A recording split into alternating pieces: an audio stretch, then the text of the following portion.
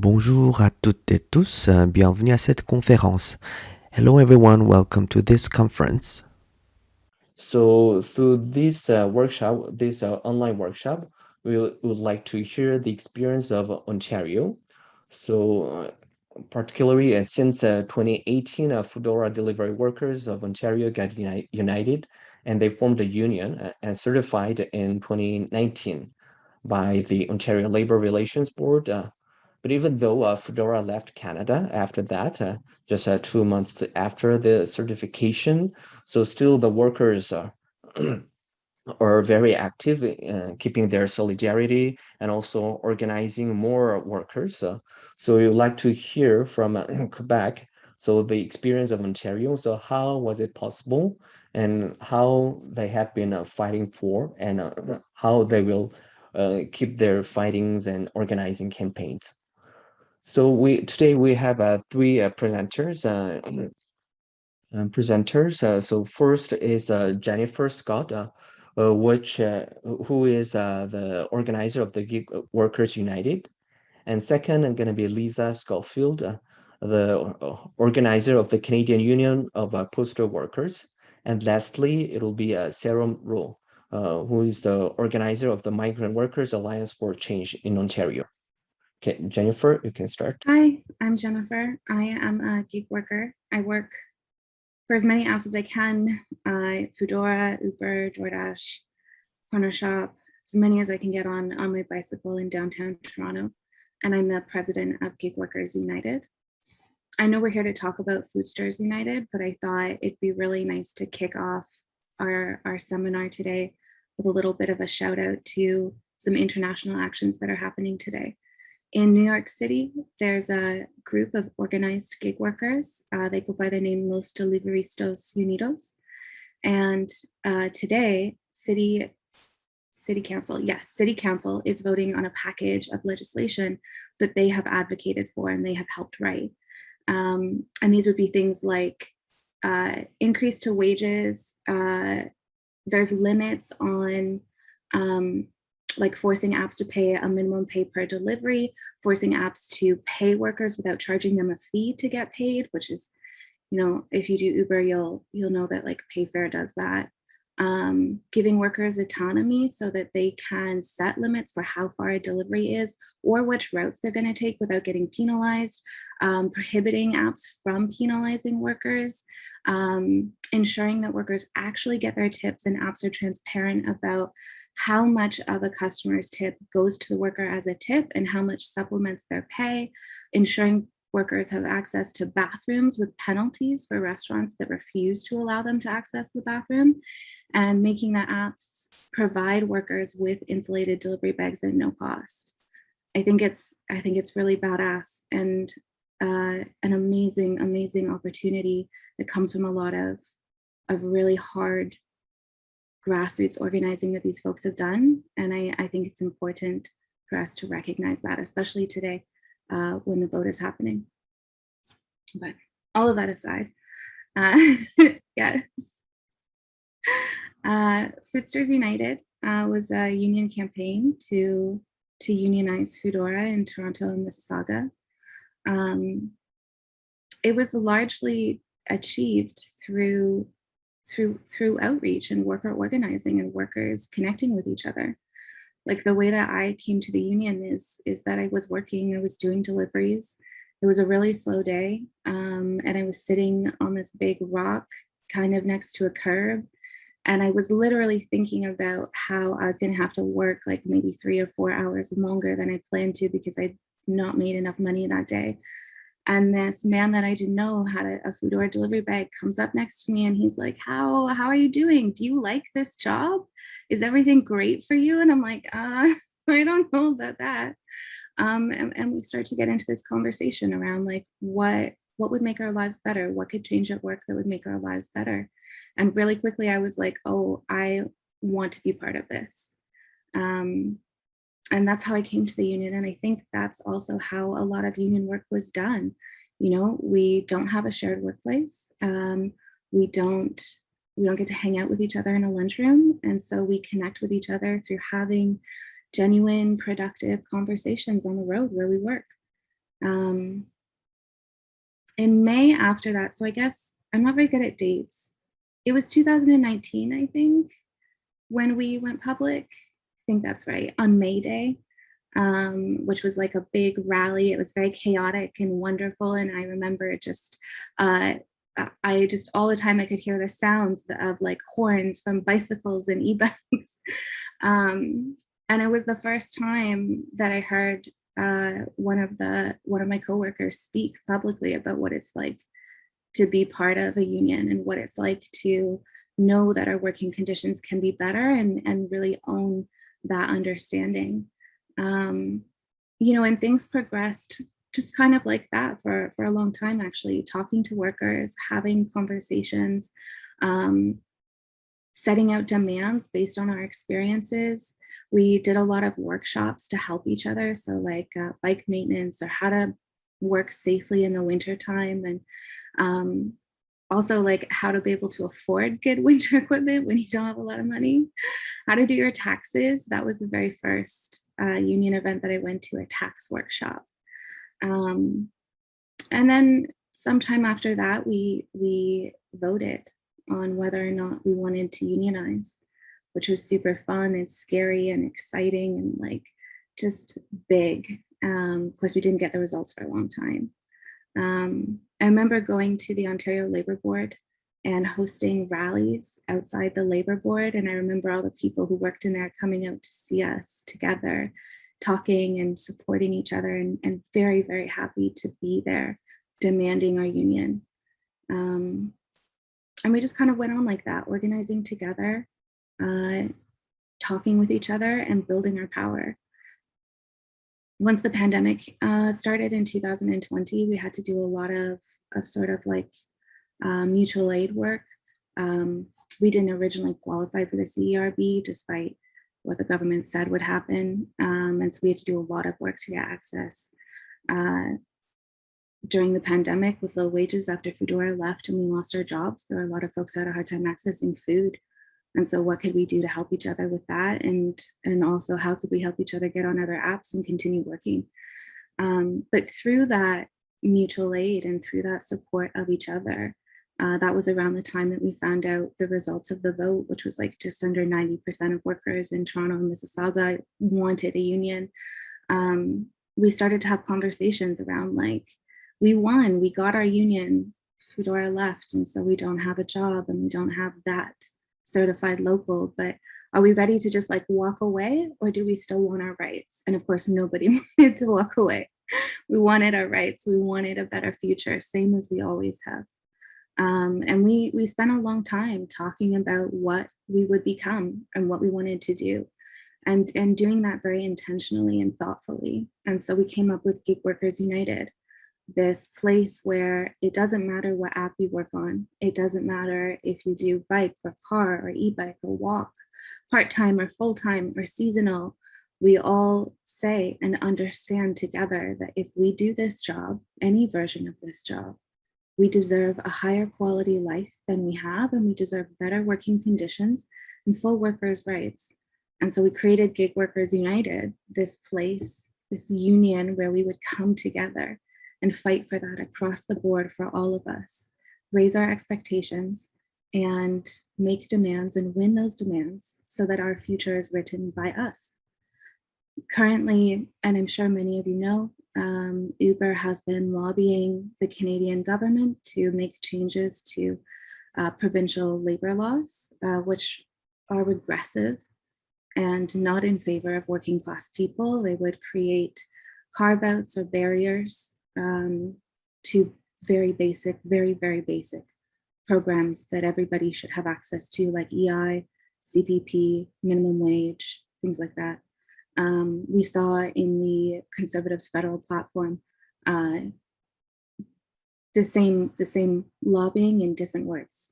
And so we see that as much as our work is based in uniting workers together and building worker power, at the same time, we are confronting huge political issues that will impact the future of work, not only for us, but for all people who work in this country. And so some days we get to do, I get to do a lot of one-on-ones and talk to workers, and other days strategic planning about how to take on the government. And it's a lot. It is. Right now we are working for the lowest pay we have ever seen since apps came to Toronto, with the biggest workforce that we have ever seen. And it is a lot, but I always feel renewed because I remember that we are a group of very capable, very vibrant, chaotic, audacious people who survive and make it through something that's really difficult and shouldn't be happening, with grace and strength and the continued ability to envision a better future and to never stop demanding it. I'm so excited to be here talking with other gig workers in other provinces. I'm so excited to see how we change the future of Canada with our work. Thanks, Jennifer, for sharing your amazing experience and for this precious time. And so the second presenter going to be Liisa Scofield, who's a union organizer of the Canadian Union of Postal Workers. Okay, Liisa. So I am an organizer with the Canadian Union of Postal Workers, and I've been working with the gig workers since December of 2018. Was the first time I met with a small group of bike couriers in Toronto who were interested in unionizing and approached CUPW to talk about what are some ways that we could go about doing that. And I was immediately like, this is something that our union should take on. And the conversations we had about it within the union was, very much about that kind of history that CUPW has of fighting with precarious workers, of fighting for, raising the floor. CUPW has a really vibrant history of organizing with rural service mail carriers, and that a decades-long campaign basically to bring rural service mail carriers into the union, who, also a group of misclassified workers, also largely women working in the rural mail force mail carrier service, and super precarious, not given the same equal rights as other mail carriers. And so a decades-long campaign to bring those workers into the union, as well as organizing with other private sector couriers in other companies to try and raise up the standards within the private sector as well. So a long history of organizing and supporting precarious workers to be part of the union. And there's also, we looked at the threat to public postal with the influx of app-based precarious delivery work. Food delivery, app-based food delivery being one section of it. We're also seeing the influx of things like Amazon Flex, which is an app-based delivery work that's also independent contractors, misclassified workers, of packages, of parcels that historically is done by postal workers. And that sort of downward pressure that you see on the standards and wages in the broader logistics and delivery sector, and why it's important for us to raise that floor across logistics and delivery. So as I said, we began in December 2018. I met with that small group of couriers. We pretty much immediately in January of 2019 started to organize very heavily. The couriers, as I met them, they were already, a very organized group, and already very determined to to want to unionize, had already done a ton of their own research, had done a lot of their own connecting with other workers. And so I was very lucky to step in and support that organizing. And we began, card signing pretty much right away. But as Jennifer said, there's no workplace for couriers, for app-based workers. So you can't, traditional union organizing methods are thrown out the window. There's no, going to outside a warehouse gate and meeting every single worker outside there, or being able to count how many workers there are. You have no idea how many workers are in the workforce. You have no idea really how to reach people in a central spot. So we had to change the rules completely. So we began, as Jennifer said, the street outreach method, and building committee and signing cards through that method. And we, trial and error of going out on the street and having organizing conversations with workers on the street, talking to them about what is working, what is not for their job, what would they like to see changed. If they could change 3 things about their job, what would it be? And developing our list and being able to sign cards and recruit people into the committee that way. And a lot of people look at that as, wow, that's like a huge barrier to organizing. How would you ever find people? Which it's true, it is a barrier to organizing and it is hard to find people, but I think it's also a blessing in disguise, because there's no boss on the streets either, right? There's no boss you have to be scared of seeing those conversations happening. You can approach workers and have full-on organizing conversations on the street, and be able to not have workers fear reprisal in the same kind of way. So we, went along with that method for some time. And then, as Jennifer said, we prepared for launching a public campaign. And this was before we submitted our cards to the labor board, which is, again, not a very typical method. You don't typically go public as you're signing cards. You would want to go public after. But with this workforce and having to find people, we'd sort of saturated our outreach methods in that way and wanted to be visible and be able to bring workers to us who we hadn't yet found. And we also, I think, part of it was there was this public narrative going around what are the rights of gig workers. And I think we needed to put out there, before we face the legal battle with a public campaign, we needed to put out there that gig workers deserve full rights. Gig workers deserve a union. Gig workers are workers, not independent contractors, and win that public narrative and that public fight around it, and gain public support in that way. So we launched publicly May 1st.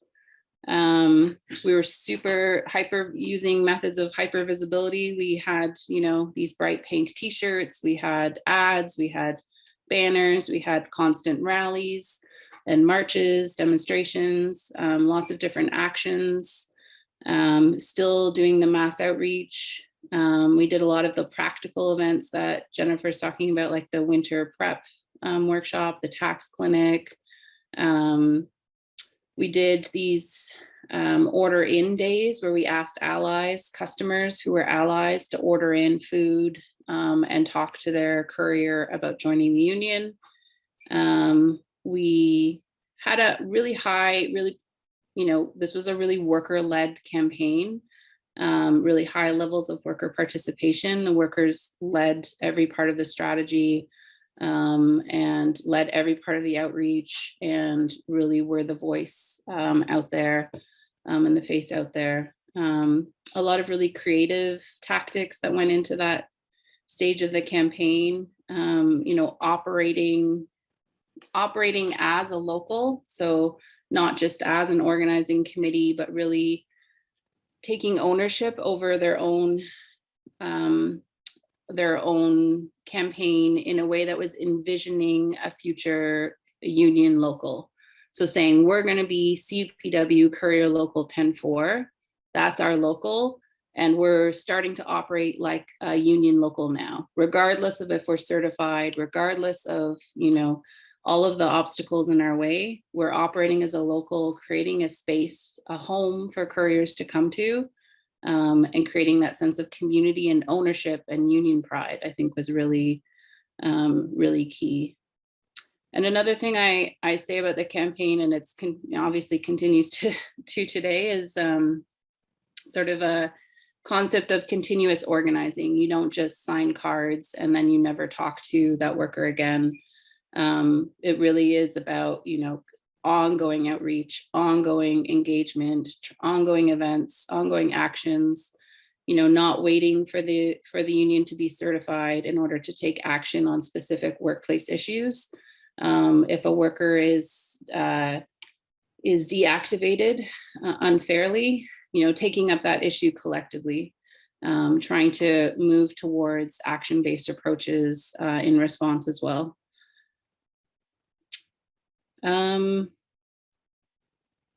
Yeah, so in terms of the legal precedent that was set, we went through a long, protracted legal process, though it felt long when we were going through it, for sure. And I know both Saerom and Jennifer, like, that was a long one, but it was actually, could have been worse, could have been longer. We continue to mobilize throughout the legal process and have rallies, have couriers in the room. The labor board had to give us a bigger room. They said they'd never had this kind of participation before. And so they had to actually move us to a bigger room, the biggest room they had, so that more people could come and be part of the hearings. So always trying to make sure we had couriers at the actively participating within the process. And everything was out there in the open, everything was visible. And so we did gain a precedent-setting win at the Ontario Labour Relations Board on the classification of couriers as dependent contractors, which for all intents and purposes is very similar to employees. So under labor relations, dependent contractor is very similar to employee under Employment Standards Act. And as Jennifer said, we did win the union vote with 90% of workers in favor, which is a historic vote in and of itself, the first vote of gig workers, union vote of gig workers in Canada. And that carried through, you know, to creating that kind of mutual aid pandemic solidarity.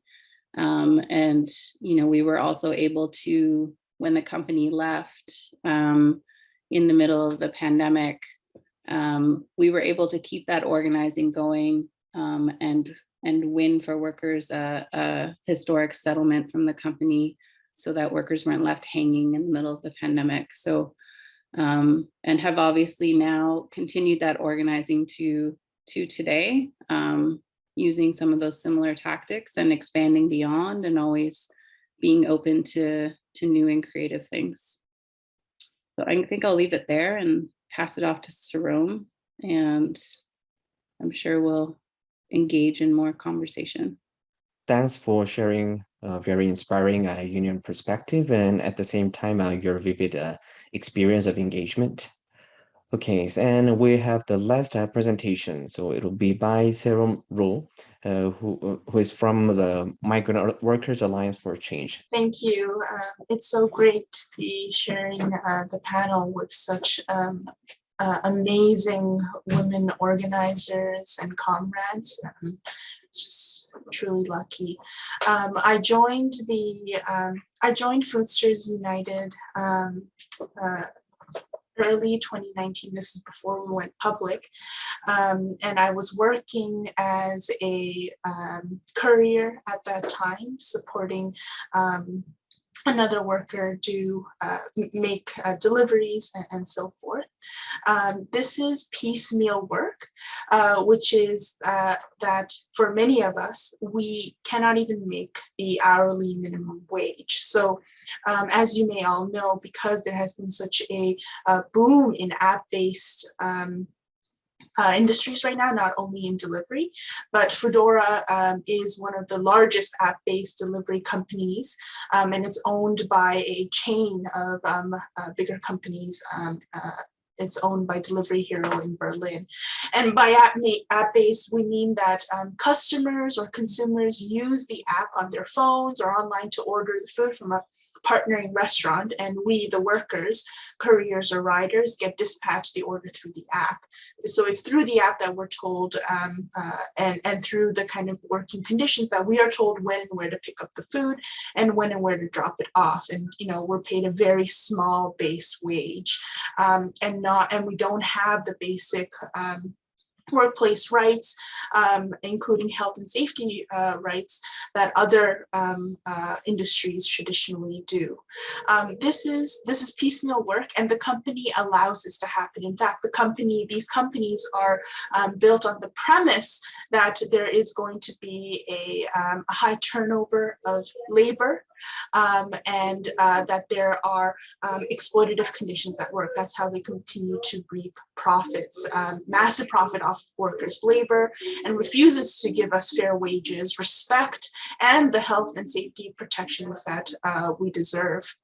And so I want to also talk a little bit about who are the workers in our workforce, and how that relates to the immigration system. So as Cheolki said, I am an organizer. I'm also an organizer at the Migrant Workers Alliance for Change, and we support the self-organization of migrants. So we're building migrant power at the Migrant Workers Alliance by bringing together workers on farms, in factories, on campuses, and in communities to create the change that we deserve and fight for better laws and fairness for all of us. We're coming together in struggle to win not only immigration justice, but also worker justice, build and also take power, and transform the future, and build the world that we all deserve to live in. Canada has what is a multi-tier immigration system. What this means is that a small handful of people arrive to Canada with permanent resident status on landing, while the majority of us, who are racialized, low-wage migrants, mostly from the global south, arrive with temporary status and are kept temporary. As we have seen during COVID-19, this has been deadly.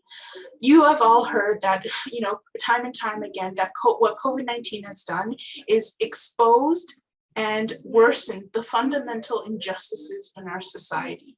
This has been a crisis that has been decades in the making.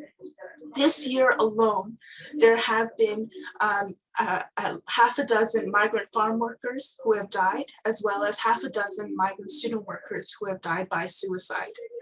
This is a system that creates a revolving door where workers, primarily from the global south, are exploited for our labor.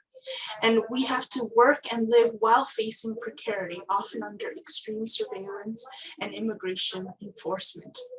So migrants have to go from temporary permit to another, while many lose status and are forced to become undocumented. And in Canada, and certainly around the world, the vast majority of workers who are taking up gig work are racialized, are migrant people, even internally displaced migrants within countries. So, from temporary in Canada, from temporary permit to another, all the while we're facing hunger, homelessness, exploitation, and living with the fear of being deported. So essentially what this multi-tier immigration system in Canada has done is create different tiers of citizenship in our society. This means that some who have access to rights, there are some who have access to rights and protections, and some who don't. 1 in 23 people in Canada are migrants. There are 1.6 million migrants in Canada. This means that 1 in 23 people don't have equal rights and are excluded because we don't have equal status. So being a migrant means that not having permanent resident status means that we can't walk away from bad employers, or we find it difficult to speak up against bad employers like Uber, like Foodora, like these app-based companies. However, by organizing together and coming together and identifying that the issues that we are facing are not just individual, but shared, means that we have to have a collective response that is rooted in collective action. And that is, I think, one of the strengths about our union today. So just very quickly, when I'm talking about migrant workers who are part of the workforce, who are part of our workforce, we're talking about current and former international students on study permits or work permits, as well as work permit holders, refugee claimants, as well as undocumented people. We are part of a larger cohort of migrants that include migrant farm workers and care workers. So, farm workers who grow and harvest our food, domestic workers and care workers who take care of our families and communities, as well as refugees and undocumented people who work in construction, in cleaning, sex work, students, current and former international students who are working in warehouses, delivery, grocery stores. All of these people, we form a chain that makes it possible for society to continue to run and sustains our communities. We are all essential, and we have seen through the pandemic that we are essential yet excluded. Without us, and without workers, this world wouldn't run. And the ruling class, the people who benefit from the system, know this. And that's why the immigration system is the way it is.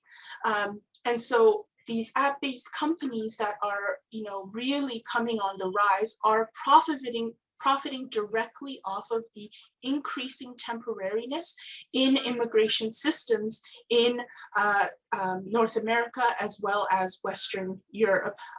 There are people who are making profit off of increasing precarity, increasing temporariness, and pushing the floor down for all workers. So that's a little bit about our immigration system and the way that it fits within the larger conception of the gig economy. And so as workers, we knew this, right? Right from the bat, as Liisa said, when we approached CUPW, we recognized that migrant and undocumented people are part of our workforce, and that we thus must organize to bring and recruit as many people possible so that we have a proportional representation of what the workforce looks like.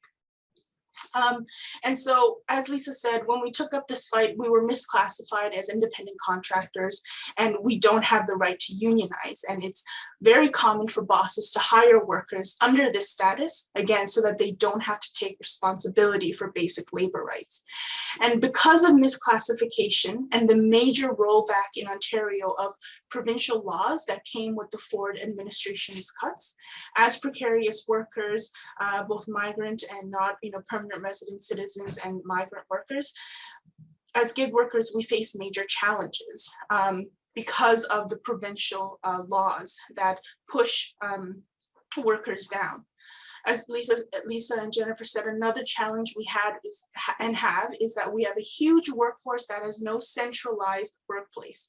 So it's dispersed, no shop floor where we can meet our fellow workers. And some of us work full-time or part-time, deliver on bikes or cars, work downtown or midtown or in the surrounding suburbs and so forth. So this is a dispersed workforce, and we did use the traditional campaign strategies, but we, really wanted to, as Jennifer said, invite that creativity and that chaos and shake it up. So, using creative strategies and knowing that the whole city is our work site, and we had to develop these kind of unique ways to find and reach out to workers.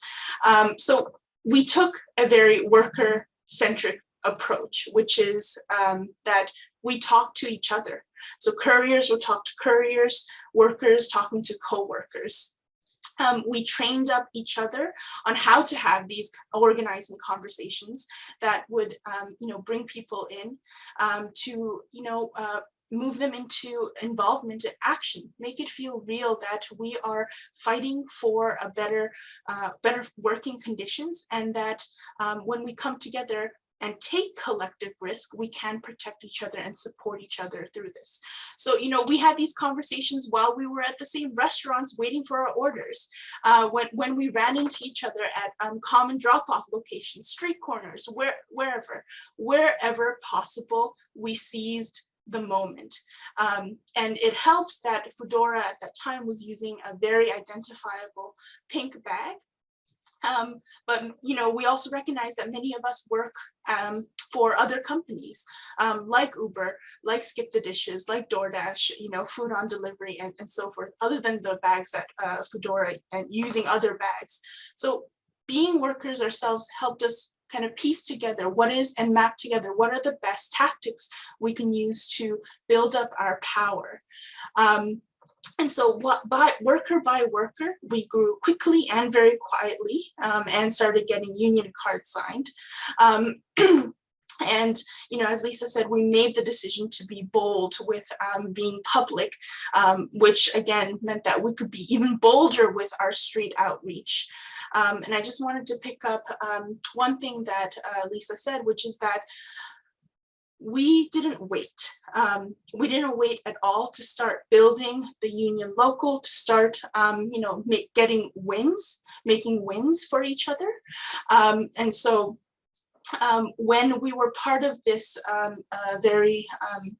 these long hearings at the labor board, we were, again, very, very creative, right? So the labor board is a kind of grueling process. And prior to and during the vote, the boss, like most greedy bosses, pulled dirty tactics. But, and so we had to respond to that to make sure that there was continuous engagement. So part of this looked like having breakfast rallies, having lunchtime rallies, banner drops at high traffic, busy intersections in front of the labor board, as well as, after every hearing, which are intended and often, which are long and intended to demoralize workers, we had, debrief meetings and one-on-one meetings. All this to say, we had spaces where we made sure to talk to each other and be reflexive with our tactics and our strategy. So even after grueling hearings, we, created ways to keep active, including, making sure that we had bingo cards at, in these hearings, right? And, we continue to build that up to make sure that we knew that we were able to build a base of workers who could continue to grow. For something to grow, we have to first let it be. And so that's what we did. And, we even went to the employer's office for Christmas caroling, and, revised our own carols to spread very cheeky holiday cheer. So, these are just kind of examples of ways that we continue to build the Courier local and began really operating as a union local without waiting. We didn't wait to hear from the board. We didn't wait for certification. We started right away. And, I think in this way, we felt and we continue to feel, and I urge everybody here who is also organizing with their coworkers to share this approach, that any kind of legal proceeding or kind of bureaucratic proceeding should not be divorced from organizing couriers and really building up that worker power, building those kinds of solidarities, and making sure that, we are talking to each other and collectively identifying what are the top priorities and concerns that we want to fight for. So, this organizing in the gig economy is both old and new. And so we've had to use new tactics and new strategies, but we also know that our history of organizing is fundamentally linked to those who have organized subcontracted or temporary agency workers. There is a kind of long history. So and we have seen the way that the gig economy has kind of taken over right now. So all of us here, we need to organize our workplaces so that we are ready. Gig workers are workers, and we mustn't forget that. The struggle to fight bad bosses and these huge multinational corporations and the ruling elite continues because they profit off of our labor, the work that we do, steal our wages, and they have the audacity to try to divide us in our workplaces and our schools by using racism. And as we have seen, especially during and after the elections right now, anti-migrant hatred to divide and distract us. The workers' movement, as we have seen in our local and at Gig Workers United, must make racial and migrant justice central to our struggle. And this is a core political vision that we have committed to. And what we must understand is that we can't win without being united. And at Gig Workers United, we know that we are going to win, and we have won so many victories so far. And while we can make what we must know is that companies can pull out at their own whim, because they're chasing after their own profits. But even when they do so, what they can't take away from us is worker power. And we have to be vigilant in knowing that. So, I'm really excited for Liisa and Jennifer to talk about where we are now with our current campaigns. But we are continuing to build our local. We're talking to our worker base, to our members. Many of us are standing for each other and educating each other about the issues that we are all facing, so that we are all united, and we take up the call to ensure working fair rights, equal rights for everybody, including migrant and undocumented people who are part of our workforce. So I'm going to drop a link in the chat, which is our call for full and permanent immigration status for all, which is a call for equal rights, which is a call to say all workers are workers, and that we refuse to be divided, that we have a united front against the ruling elites who make these bad laws, against greedy bosses, and against multinational corporations, that we're all united. And so I urge you to add your name and call on equal rights for all of us. And I'll drop that in the chat. Thanks. It was really inspiring and at the same time full of enthusiasm. So thanks a lot.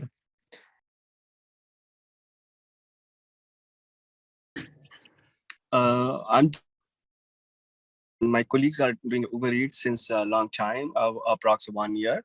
So we are facing some problem because the Uber has reduced their rates. So due to that reason,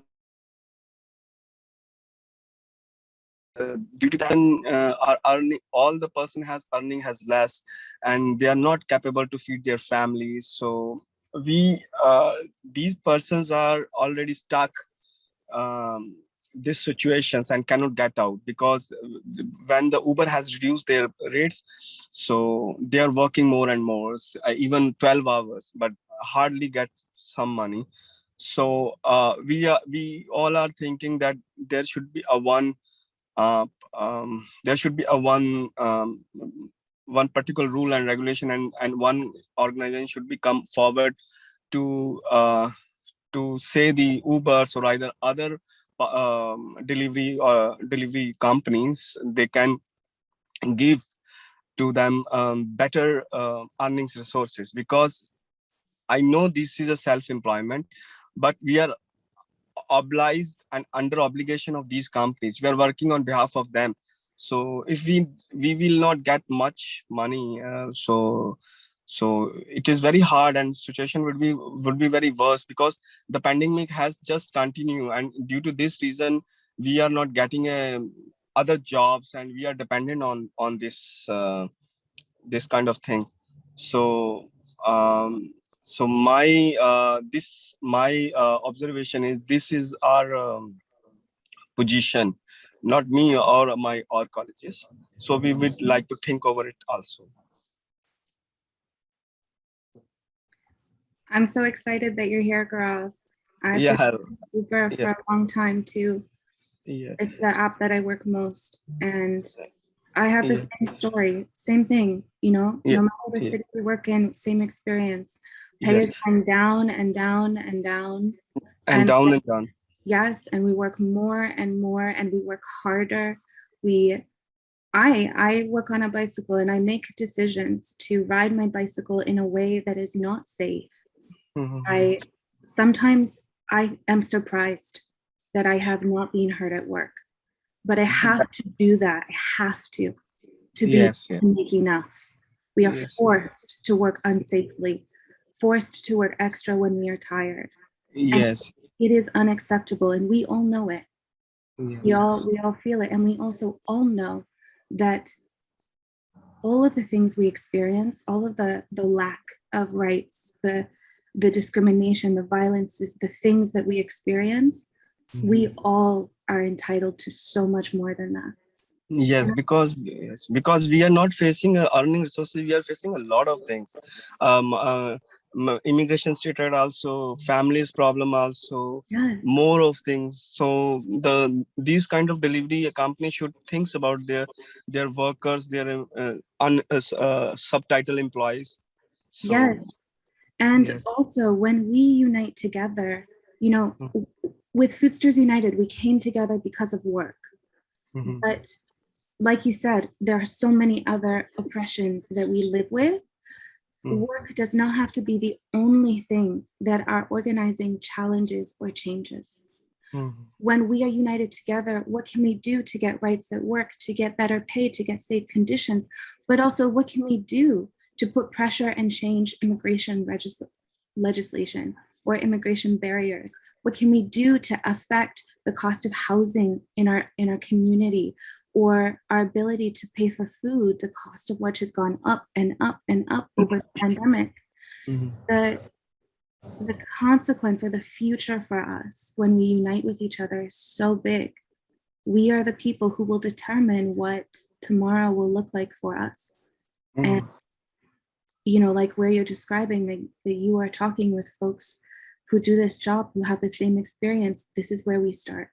And all of what we will do and how we will change things and how the quality of our life and our work will improve is just up to our vision, what we can imagine, and working with each other to raise our expectations for that. Yes. Thank you. Okay, thank you for the question and answer. And Yannick has a question. So first of all, thank you, Saerom, Jennifer, and Liisa for all the great presentation. Really, it was very interesting to hear you this morning. I have just two quick questions. You went through, you mentioned this, but not very much. But and I would be interested to know a bit more. Most of you who are doing this this delivery work. I don't know. Do you see yourself doing this for a long time? And you know, like history tells us that it's very difficult to organize within people that are not seeing themselves in the same jobs for a long time. And obviously, you've done it quite successfully.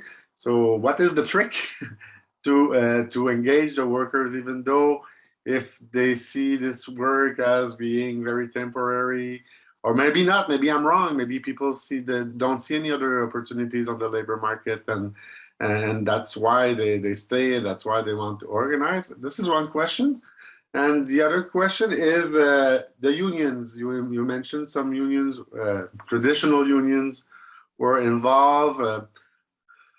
How is it working with them, and do they help you financially to organize, and is it enough? And maybe tell me a bit more about this. Thank you. And again, very nice presentation. I really enjoyed it.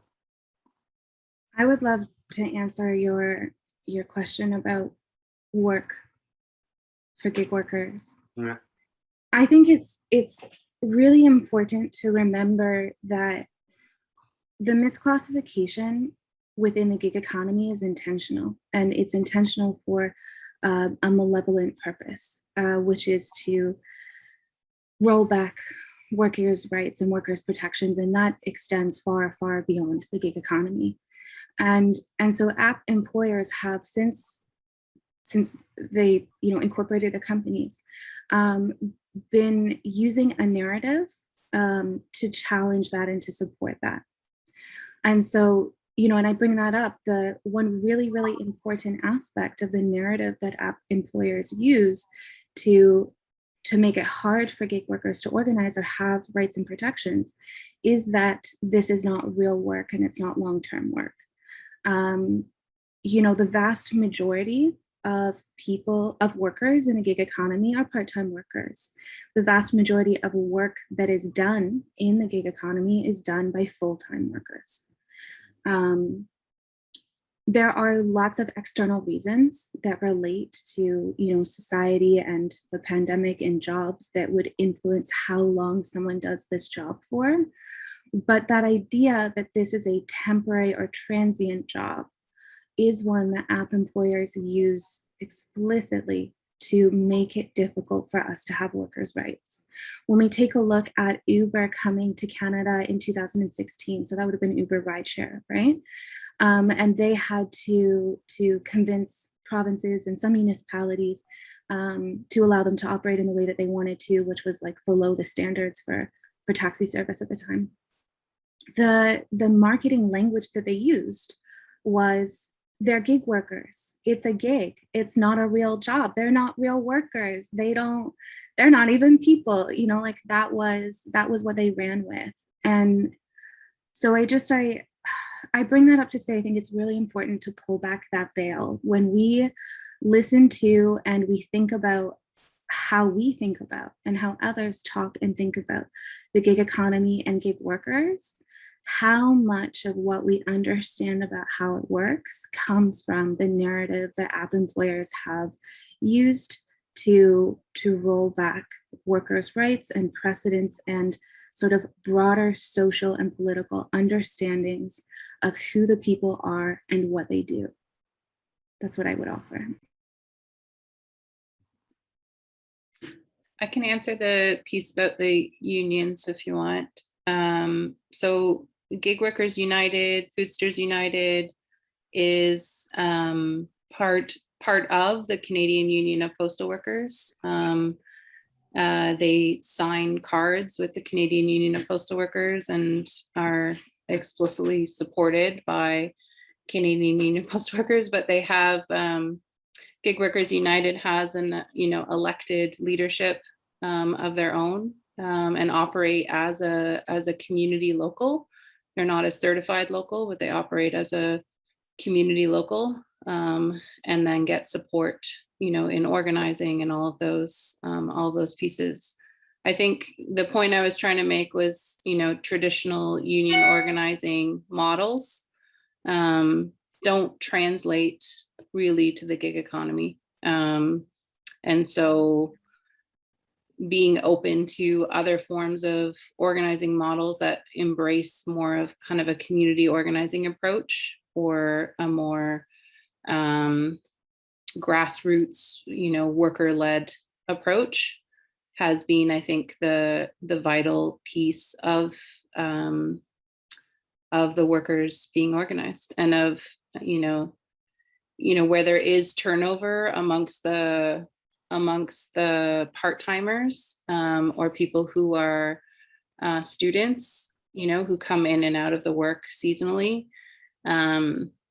The really important piece, I think, is that continuous organizing and to have that local who is rooted and out there visibly and able to connect with people. Because if you just do one drive and then disappear for a year, then yeah, you're going to lose that contact base. But if you're continuously organizing throughout that period, you're going to meet the people who come into the industry, the people who have taken a break. You'll have a sense of the ebb and flow of the work force more than you would if you hop in and hop out and aren't continuously there, if that makes sense. I also wanted to... Go ahead. Did you have a follow-up to... Yeah, no, but go ahead, Saerom, first. So you haven't spoken, go, and then maybe I have a small question. For sure. I think the question that you're asking, and I wanted to pick up on the important points that Gaurav made as well, which is that when as workers, we came together to directly identify our priorities, immediate priorities for the short term and long term, as well as what we were ready and willing to do to win the changes that we identified, right? And so I think during the pandemic, one thing that came up for us is the CERB. Gig workers were excluded, as well as migrant and undocumented people were excluded, right? And so we had at the Migrant Rights Network, call for income supports for all, which our union local signed on to, because we recognized that we had a shared common target, right? And the shared common target are the provincial as well as federal laws that continue to make it difficult for us to organize. So it's that piece on how it would be actually easier for us to organize if we weren't misclassified as so-called self-employed or independent contractors, right? We are not independent contractors. We are not self-employed as gig workers here. So, that's one common target. The common target are, again, like the bosses who are making massive profit off of our labor, and then the rules that facilitate or enable them to continue to make those profits while pushing our rights and our protections down. And I think, Yannick, the kind of point you're making about temporariness, I think if we step back and look at, how is temporariness affecting all of us as workers, we're seeing that the people who are profiting off of precarity and temporariness are these multinational corporations, are the bosses, right? So there's an idea that, gig workers are temporary workers in the way that, migrant workers are temporary, right? By using temporariness and precarity, they are trying to keep us down and also divide us within, right? Different, divisions of what it means to be temporary and so forth, right? Based on status and based on, how many hours you're working. But the point is that we are seeing this as a longer fight in the kind of massive subcontracting, temp agencies, as well as so many of us here, perhaps, or know of people through the pandemic where we have seen a major contracting of our work, right? That there is more and more difficulty in having like permanent full-time jobs, right? The floor has been pushed down by these people who are continuing to do that, and there are these rules that are being propped up that allow them to do that. And so as workers, when we come together to talk about these issues, we are able to determine like what are the immediate needs that we are identifying to respond to that, as well as the long-term goals to fight against temporariness, to fight against precarity, right? And one big part of that is the increasing temporariness in the immigration system. So just very quickly, 20 years ago in the year 2000, approximately 60,000 work permits were issued in Canada.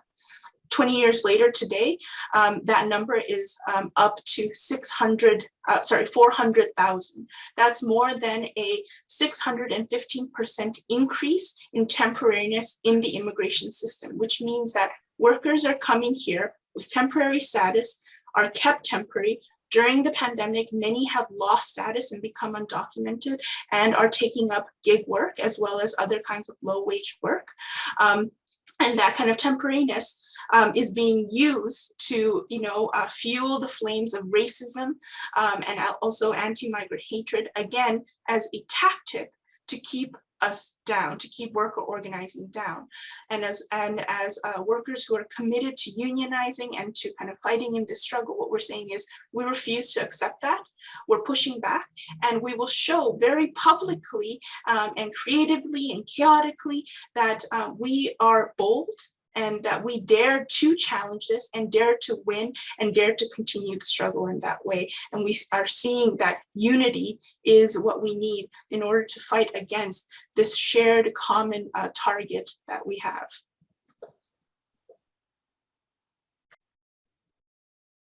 Okay, thanks a lot for this broad explanation of the situation and your perspective.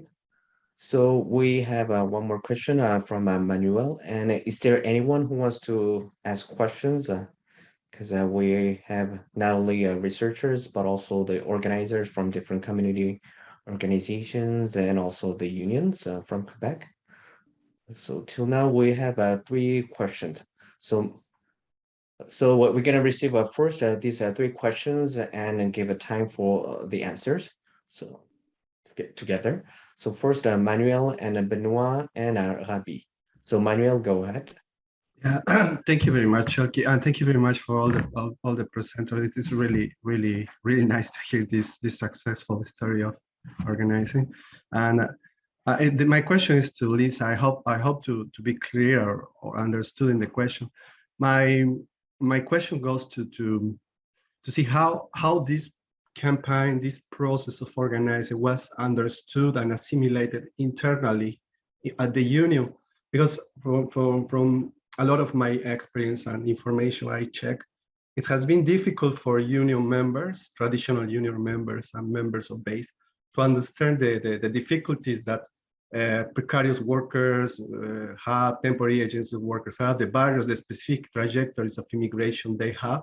And sometimes it's difficult to assimilate that to support, for example, a community experience of organization, right? Because there's a culture of a union which is different from that community organizing. So I was wondering if you can tell us a little bit of how does that process of assimilation happen inside the union at, I don't know, at the levels you have participated. Okay, thank you. And Benoit?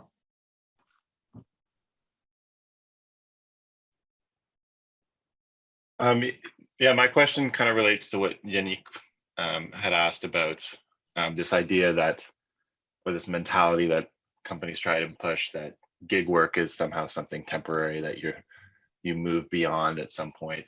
I organize with tree planters as well, and this is a narrative that we're trying to push back against, the idea that tree planting is also not really a real job. It's just something you do for a few years and then move on from, because that makes it hard to organize as well. So I was wondering, aside from kind of the point you made, Jennifer, pushing back against that narrative, how do you engage in that conversation with a worker? Like what techniques do you use in an actual organizing conversation to overcome that mentality or push back against that narrative that gig work is somehow temporary to the point that it's not even worth investing time or risking anything organizing? Okay, thank you. And lastly, Rabi. Thank you for your generous share of knowledge about your work experience. I have 2 questions, please. The first thing, would you please clarify the issue related to the access to CRB? Because maybe we have some differences, but in understanding the situation, this is one. And the second question is, what do you think about the cost workers pay for the car, the smartphone, the data plan, and all these issues that are used throughout the work process and consumed throughout this work experience? Thank you. Okay, Thank you. So it's now time for the answers. You want me to start with the question about the assimilation within the union? I mean, yeah. If that's the right word, I don't know how to say. I really don't know the context of unions there, but I imagine some things move inside the unions. So there were some discussions, there were some adherences, ideas. I don't know. Yeah, I think I think postal workers understand the threat of and the downward pressure that precarious delivery work creates within the broader delivery and logistics sector. And I think we also did a lot of mapping with our own members of, do you have family members who are working in the gig economy? Do you have neighbors who are working in the gig economy? Do you have, which is, we found to be very true. We have our own members who, some of whom are new postal workers and are part-timers who are also working in the gig economy. So, and we're seeing that more and more amongst, within other unions. There's like people who are doing gig work in off hours because it's so expensive to try and survive in our cities right now.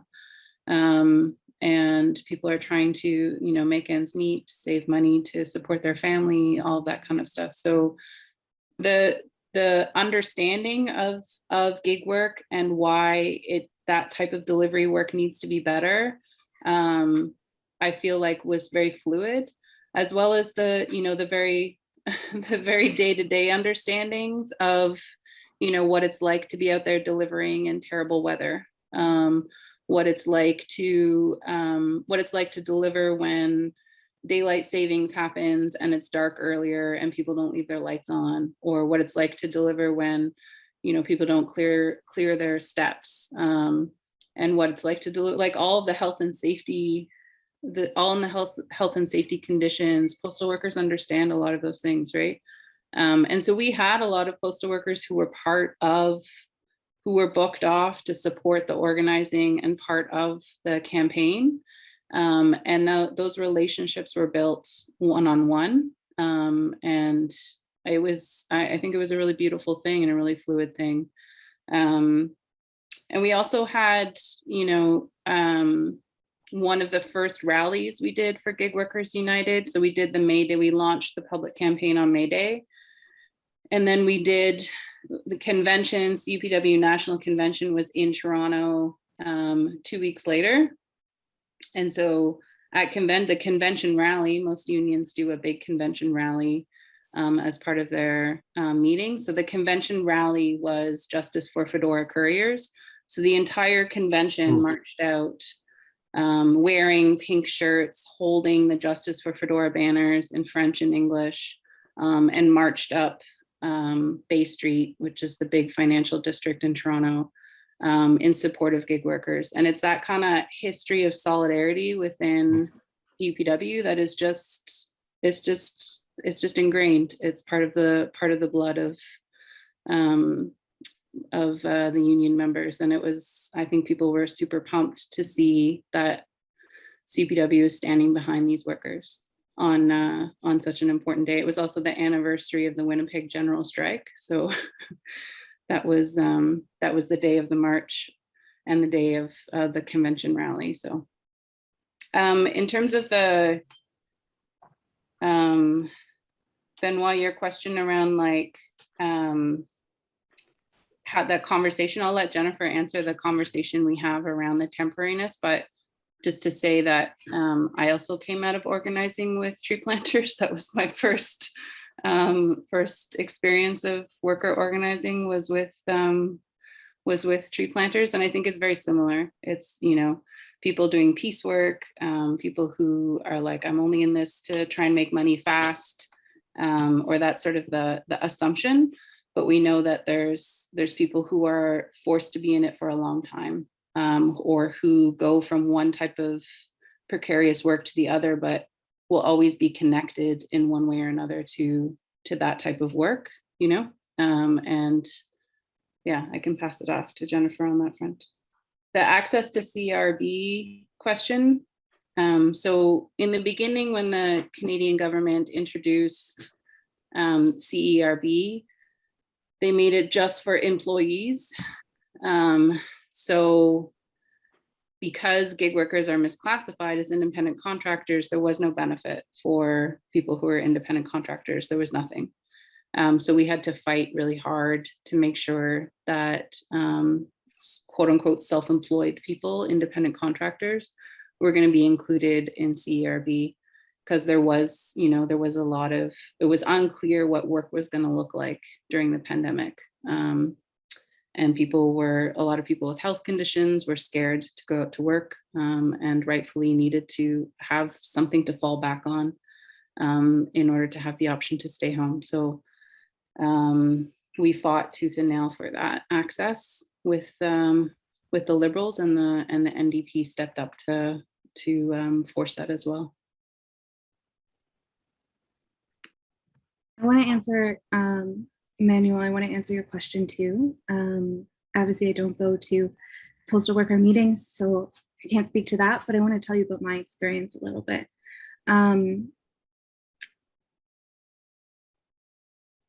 When we started doing some like phone banking, like really intense phone banking, there were a bunch of postal workers who came to help us with that.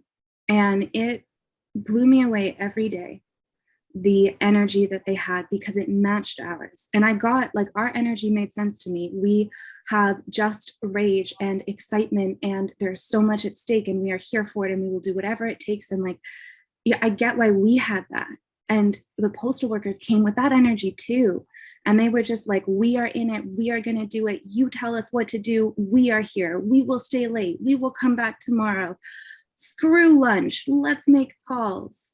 And when we started the postering campaign, that was when I would be working, and I would start to get stopped by postal workers. Like, and not like yell at me on the street, but like, they're out delivering, I'm delivering. We often see each other, right? And these are people I don't know, but they see my Foodora bag and they're like, yo, I know what you're doing. Solidarity, yes.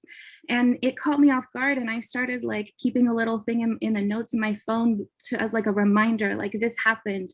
3 people have said this to me. And I stopped tracking how many people would pull me over and say, solidarity, good for you. I'm here with you. We have your back, because it happened too often. And I have an aunt who works for Canada Post, and she's part of CUPW. She lives in a really rural area. And so we don't see each other very often. And I don't tell her a lot of details about like this work, because when we see each other, we want to like hug and, but I saw her not long after we started going to the Ontario Labour Board. And I told her I was doing work with Foodsters United, and she knew what it was. And she knew enough from the conversations with her coworkers or with her union that she knew what we were doing. And she was so excited that I was part of that. So from my point of view, of course, postal workers had our back, and of course they were excited for us. Of course they would be. That's who we all are. For your question, Benoit, about how do we talk to workers about app employers' narrative? That's really easy, because to be a gig worker, to do this job, you have to know, and you learn really quickly, but inherently inside you that this is not a good deal, and that everything that you are told and all of the experiences that you have are untruths or mistruths, or I don't know what the right way to say that is, but they're not true. Naturally, to be able to succeed within this work, we become innately critical, and we have well-developed understandings of how we are dehumanized and mistreated by others. And so this conversation is really just hey, they mess around with us, and they say like shitty things about us to make people, to devalue our work and make people think that we're not like real workers. And everyone's just like, yeah, of course they do. Yeah. And it's really just that simple. If I'm talking to a worker and I say, hey, do you expect to be doing this job a year from now? And they think about it and they say, yeah, probably. And that's it. Because we know, it's that old saying, we are the workers. We know our work and we know what we need and we know how we are treated. We know who we are and we know what's best for us. And I think that's how we understand and relate to that narrative. And then the other question about I guess the cost of being a gig worker, the cost of your car, your insurance, your gas, your bike, your repairs, your safety equipment, like that cost is immense. It's huge. And the reality of that is I don't think it's appropriate to call it an expense. It is the cost of work. It's the cost of this job, and it's a hidden cost. So on paper, our wages look a lot higher than they are. But when we factor in that cost, we see that our wages are much lower. And it's from the point of view of pulling back that veil, it's app employers' way to, again, devalue our experience and devalue the necessity of full workers' rights. And for us, the consequence of that is this continued pattern of being dehumanized. It can be difficult to talk to somebody who doesn't know about gig work and express just how much or how expensive, how big and expensive those costs are. It can be a hard conversation to have with someone who wants to be an ally. And so it doesn't feel good to have that conversation. But amongst each other, amongst workers, it's a reality that we understand, and to some degree we don't even need to talk about because we live it. It is huge, it is unacceptable, and it must change. Very quickly that exactly as Jennifer said, is that there's no question about what the right thing is. And as workers, we know this. And, this idea of, well, it's just temporary, it's going to pass, we move on to another job. What we are fundamentally saying is that to endure even 1 day of exploitation is still exploitation. To endure 1 hour of exploitation, 1 hour of unsafe working conditions, fear of hunger, of how to pay the bills, the fear that, this is work that we are doing to sustain the economy and the community, and yet it doesn't count toward permanent residency applications for those of us who are migrants. Even 1 hour of that is unacceptable, right? It doesn't matter, the length doesn't matter. Fundamentally, this is an injustice, and that we are going to fight against it.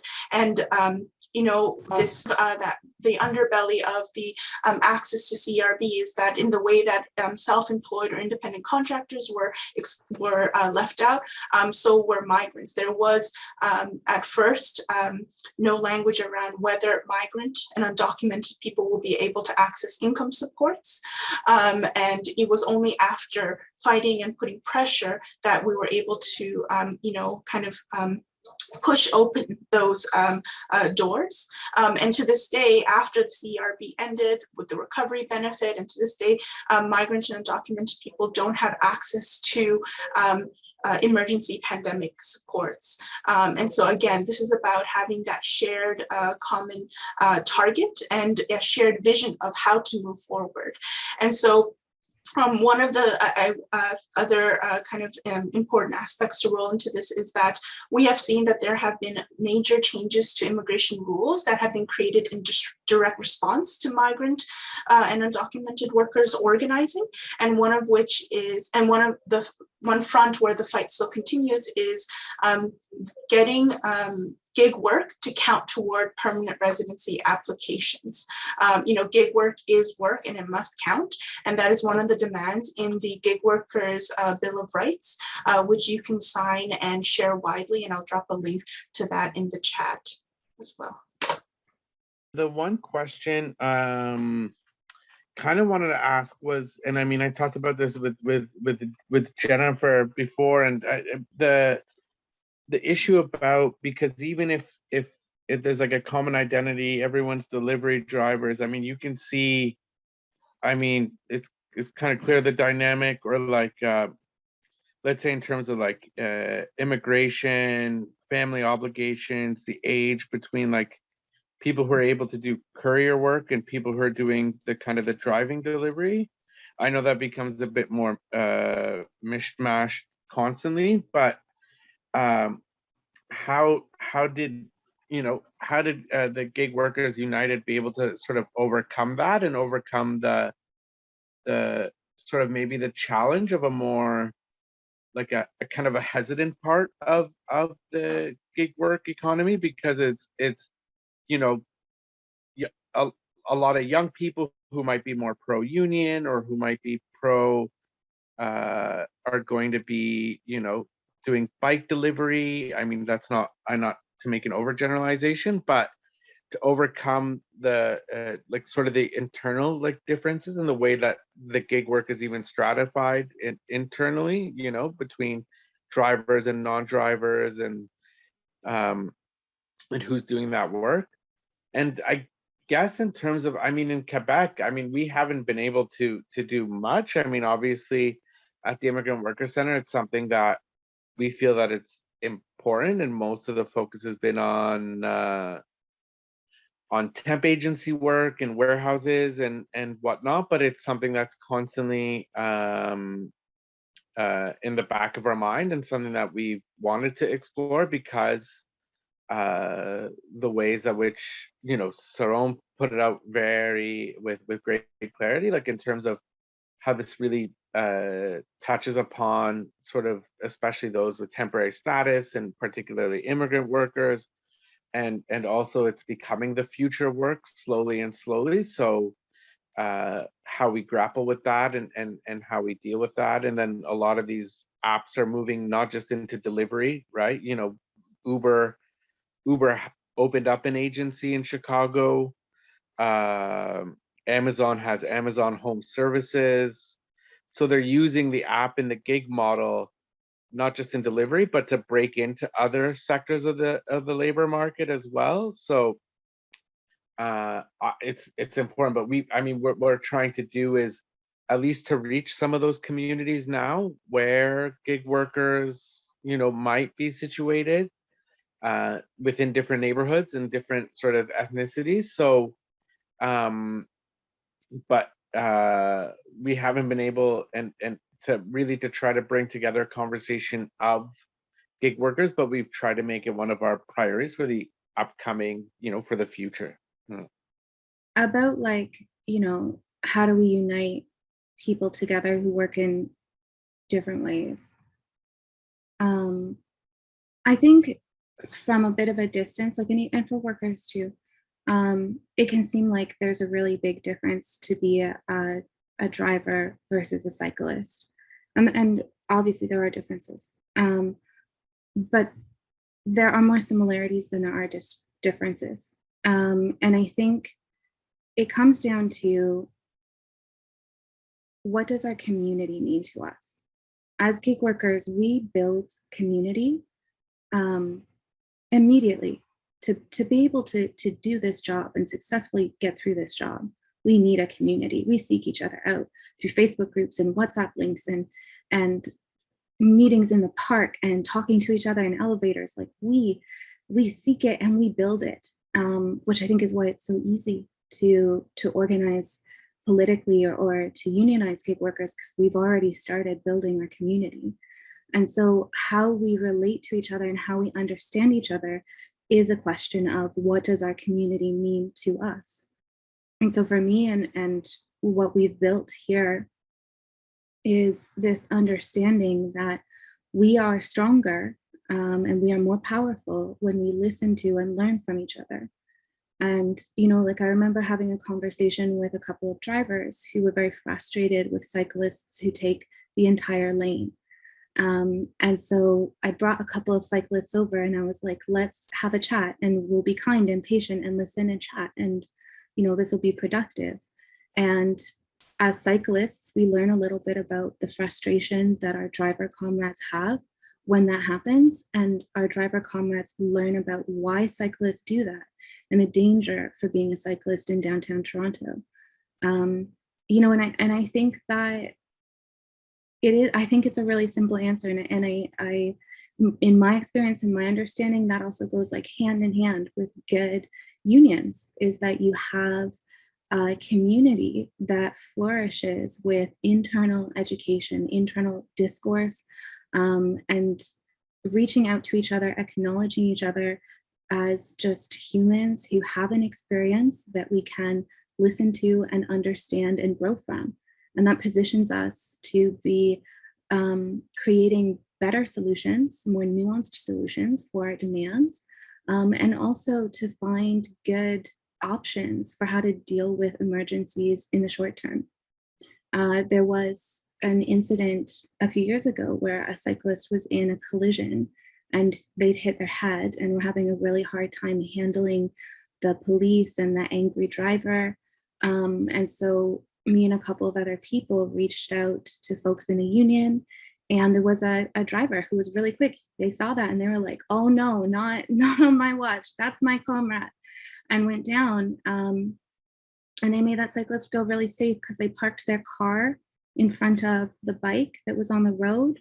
So the cyclist felt safe that his bike wasn't going to get run over.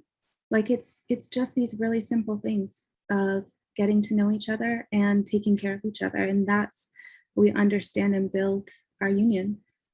And, you know, we are a couple days after these elections and, you know, we have been really thinking about like the post-pandemic, right? Even as the fourth wave is at our doorstep, especially for low-wage workers and migrant workers who are most impacted. But, you know, we're in this moment where I think all of us agree that in this period of recovery, a post-pandemic society, the society and world we want to live in is one where everybody has equal rights, where we have respect and dignity, right? And everyone here, I think it's important to know, as Mustafa is saying, is the gig economy and these kind of tactics that these corporations are using and these like rules are being made are creeping in to the other industries, right? We are collectively fighting the same austerity agenda. We're fighting against the privatization. And so the more of us that are ready and willing to support each other in our struggles, right? And we have in the chat, you can add your name to our two petitions. But, you know, urging all of us to organize where you are, right? Organize with, talk to your coworkers, whether that's in the streets or in the around the kitchen table, in the hallway, or for us in street corners and at restaurants, right? Organize where you are, and you know, let's come together to fight this privatization agenda and this austerity agenda.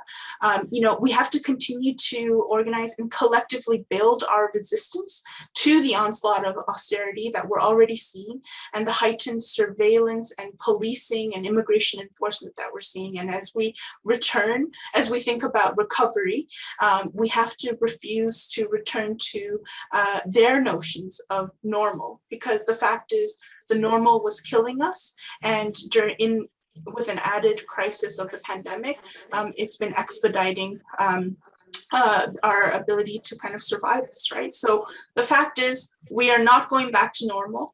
We are constantly, every day and every hour, imagining new and building new transformative worlds. And as you know, we're doing is working class power is forever, and we're never backing down. I mean, it's really hard to follow the working class power, never backing down. I feel like that's a amazing place to end on a conversation about organizing with precarious workers. I would say quickly on your point, Mustafa, I think, you know, what has been key with Gig Workers United has also been about, you know, developing a drivers committee, and the drivers committee putting forth their issues around, you know, one of the things the drivers committee took up here was a parking permit with the city, because drivers are constantly getting tickets for just trying to make deliveries. So the drivers committee organized and advocated for a special parking permit for app-based delivery workers, which we won. with the city. And so now we created these union on delivery signs for driver union members, Gig Workers United on delivery. But you know, when we went to city council to have people make deputations and speak about these issues, it was drivers, but we also had cyclists who came and said, I want drivers to have special parking permits. And it was like, you know, the city councilors were like, this is an unlikely union here between cyclists and drivers, because usually people think that they're, you know, light years apart. But we had cyclists coming to speak in favor of the drivers getting a special parking permit, and talking about how that affects their health and safety too, right? So, and then just in closing, I'd say, you know, please take a look at the Bill of Rights. You know, we're in this time period right now as we're coming out of the pandemic, in theory, though in Ontario it's still very much alive, and obviously in Alberta even more so. But Uber Eats and Uber rideshare are making really major plays around the world right now to try and force a permanent exclusion of gig workers from labor rights. And they're making a major play for that in Ontario. It will soon be coming to Quebec. It's going to be happening in every province to create this kind of permanent exclusion, third category, deny workers full rights and full access to everything that they should have. So it's you know, in our opinion, it's a real existential threat for labor and the gigification of all sectors and what it could mean. So I think something for you to really pay attention to coming to Quebec, in the way that Uber is going to be trying to lobby all governments for these kinds of policies. I'm just going to drop a video. I don't think we have time to show it, but I'm going to drop a video in the chat. We're releasing these worker stories as we're combating the Ford government here, who we anticipate are going to be bringing really regressive legislation this fall around gig work. We're releasing these worker stories. And so this is a video from one of our driver leaders, Abdullah, talking about working conditions during the pandemic. And why he thinks, you know, workers should have full rights. So take a look at that when you can. And thanks to everyone, for listening to us. Thank you very much, Jennifer, Liisa, and Saerom, for sharing this wonderful experience. It is really inspiring for us in Quebec because actually the situation is not different from Ontario, but still we don't have that much strong drive of organizing and fighting for protecting these workers and organizing and empowering those gig workers. So thanks a lot again, and thanks a lot for all the participants to share this precious time in this morning. Okay, thank you and see you next time.